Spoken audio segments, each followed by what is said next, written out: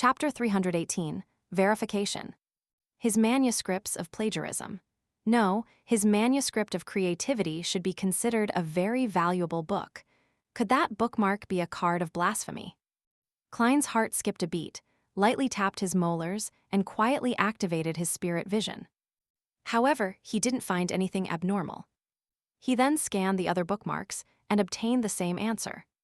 That's right, if it's that easy to detect it, it wouldn't have remained till this day for me to have this thought.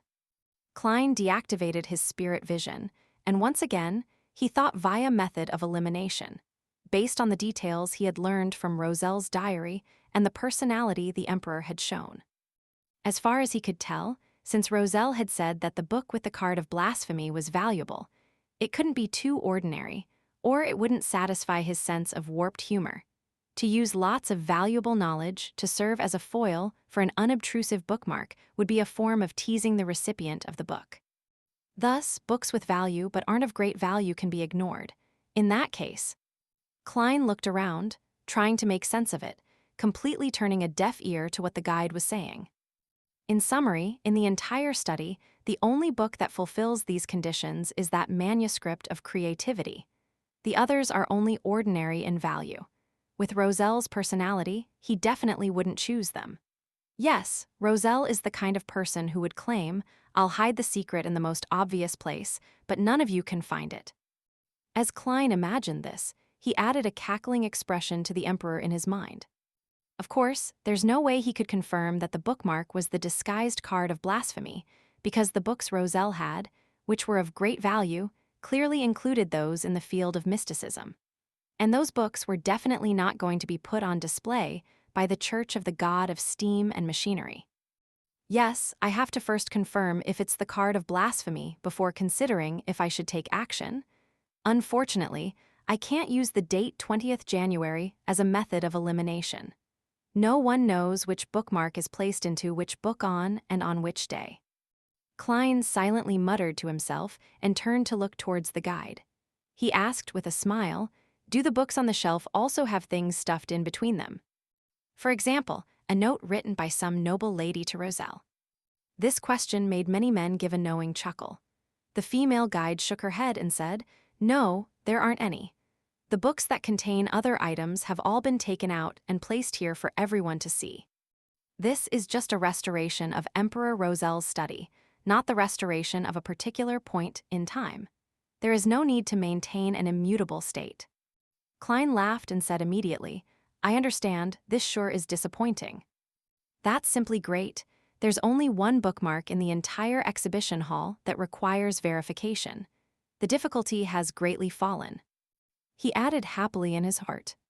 As the guide introduced Rozelle's favorite books, Klein looked around the room again, taking in the overall layout. To restore the room from more than a century ago, there were no gas lamps around the room. The lighting mainly relied on the iron-barred oriel windows that were a few meters away, and the huge crystal chandeliers hanging from the ceiling. As for the brass lamp on the desk, there were no candles installed. It was purely a decoration. Looking out the oriel window, Klein saw the yellow, withered lawn and a straight, iron-black lamppost. He took note of the location and turned his attention back to the book the female guide was introducing. In his mind, he began to analyze the feasibility of the theft. There's one premise. According to Rozelle's intentions, the various churches and the ancient royal families wouldn't wish for him to spread the cards of blasphemy and destroy the stable order that has been in place for more than 1,000 years. Therefore, if I'm an archbishop in charge of handling this matter, I will directly burn all of Rozelle's items. If the cards of blasphemy can be destroyed so completely, the outcome will perfectly suit the thoughts of the deities. If the cards of blasphemy are difficult to be destroyed, they will definitely expose their abnormality after the burning. Since Rozelle's items still remain, that means that he used certain methods to make everyone, including the deities, believe that he had sent out all the cards of blasphemy without keeping a single one. Of course, I can't eliminate the possibility that some churches or ancient families might attempt to use the cards of blasphemy to make up for their incomplete beyonder pathways. But this possibility is very tiny. This is because it will give Roselle an opportunity to come up with a united front strategy. There wouldn't be a need for him to go so far as to destroy the order by spreading the cards of blasphemy. In that case, his diary will show a certain level of confidence and corresponding concern, and he definitely wouldn't be left with pessimism to the point of only thinking of relying on that ancient secret organization. Furthermore, it's been more than 100 years. The Church of the God of Steam and Machinery, who has retained these remains, must have made numerous supplementary searches. Therefore, no one would believe that the card of blasphemy remains hidden in here. In other words, the security level of this exhibition wouldn't be too high. Besides, the most important point is that Backland is currently under siege by the terror caused by the devil's serial murders.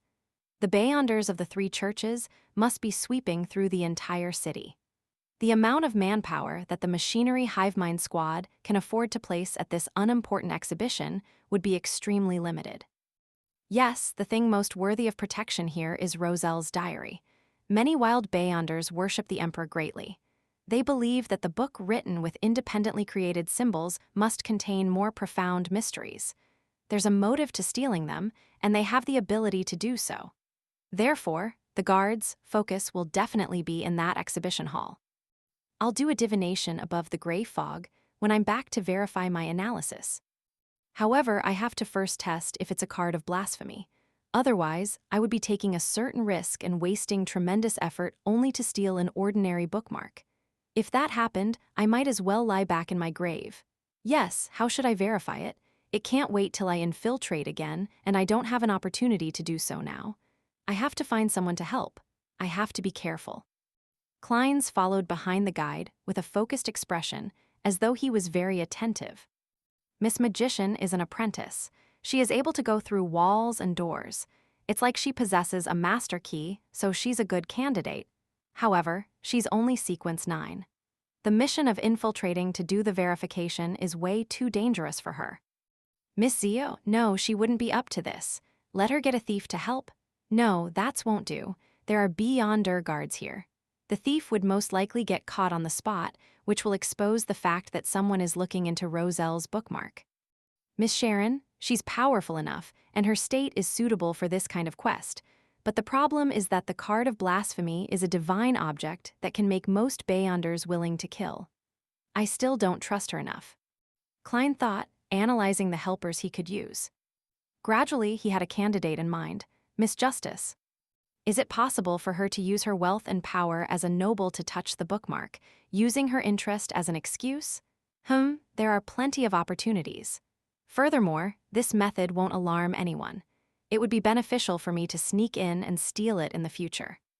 The more Klein thought about it, the more he found it feasible.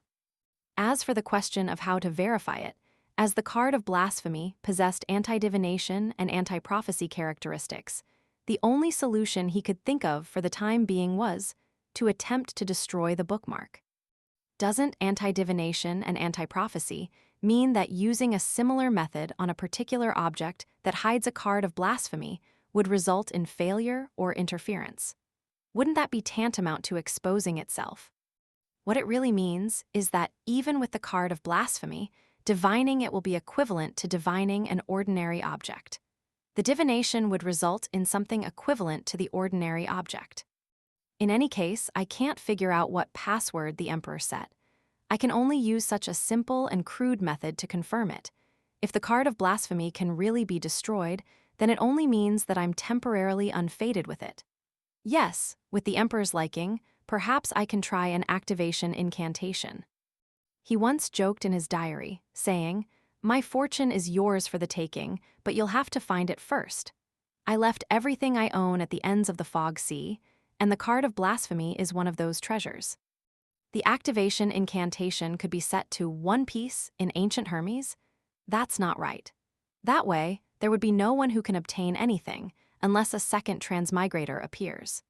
This isn't in accordance with the Emperor's intention to create chaos and destroy order, so the corresponding word for Pirate King was in either Hermes or Ancient Hermes. Klein slowly confirmed his thoughts, paying more and more attention to the layout of the exhibition hall. Under the guidance of the female guide, they left the restored study and entered another exhibition hall. When everything was over and he was free to move around, Klein said, a little embarrassed, "Excuse me, but I would like to know where the washroom is." "Upstairs." "No, that's where our office is. If you follow this path until the end before turning left, you will see it." The female guide politely pointed in a direction. Using this opportunity, Klein figured out the connections of the washroom and several large exhibition halls, and he sketched out a rough layout in his mind. At noon, he left the Royal Museum without doing anything and returned to 15 Minsk Street. Klein had originally wanted to instruct Miss Justice as the fool, saying that his blessed needed help. But on second thought, he felt that it would ruin the image of Mr. Fool. As an unfathomable figure, he has to appear calm and collected. He can't always be helping his blessed.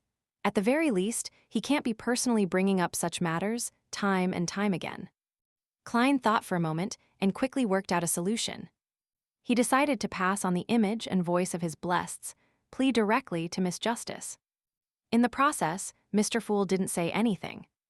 Phew. Klein exhaled, drew the curtains, rubbed his cheeks, and began to pray to himself. The fool that doesn't belong to this era.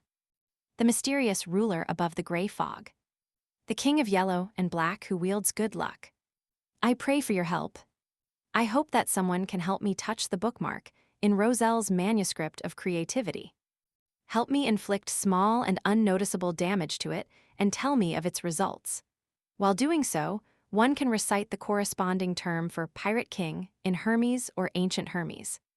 No matter who helps me, even if there isn't a reaction, I will be willing to pay them £500. This can be deducted from the £5,000 that has not yet been paid. If there is a reaction, I am willing to give more.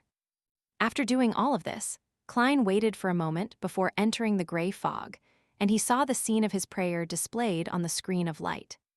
After divining that the theft of the bookmark in the Royal Museum involved a certain amount of danger but wasn't too high, he extracted the plea and added more of a mosaic effect to it. He also distorted his voice slightly, and he threw it into the illusory star that symbolized Miss Justice.